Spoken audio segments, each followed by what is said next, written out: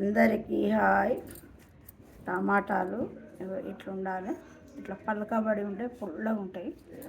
నేను ఎప్పుడు ఒక వీడియోలో పెట్టినా కానీ మీకు గుర్తున్నదో చాలా రోజుల కింద ఇట్లా పలకబడి ఉంటే పుల్లగా ఉంటాయి.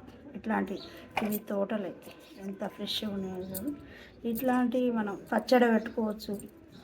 ఎక్కువ పచ్చడి బాగుంటాయి ఎందుకంటే తోటలే కదా, ఇవి నిల్వ మంచిగా ఉంటాయి. పిన పచ్చడి అయినా ఎండబెట్టుకున్న పచ్చడి అయినా మస్తుంటాయి. ఇంతకుముందే నేను కర్రీ చేస్తున్నాయి, మరి కరివేపాకు ఎక్కువ వేసుకోవాలి, చాలా మంచిది. ఇది కండ్లకైనా మన ఒంటికైనా చాలా మంచిది కరివేపాకు. నేను చాలా ఇస్తాను. ఇట్లా మనం కూరగాయల కాడ కూడా చూసినప్పుడు ఇవి ఇట్లా పలకబడ్డాయి తీసుకోవాలి, పుల్లగా ఉంటాయి. అట్లా ఇవి దేశవాళీ అని అంటారు.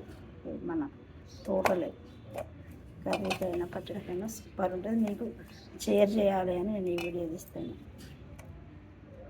మరి మీకు అందరికీ నచ్చితే లైక్ చేయండి, షేర్ చేయండి, సబ్స్క్రైబ్ చేయండి. నిర్మల ఆమచ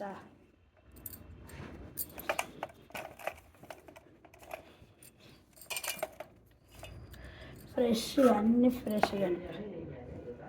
ఈరోజు మేము గురువారం టమాటా కర్రీ చేస్తున్నాం. మరి మీ అందరికీ నచ్చితే ఇట్లా చేసుకుంటే మస్తు టేస్ట్గా ఉంటుంది. నిర్మల ఆమచ.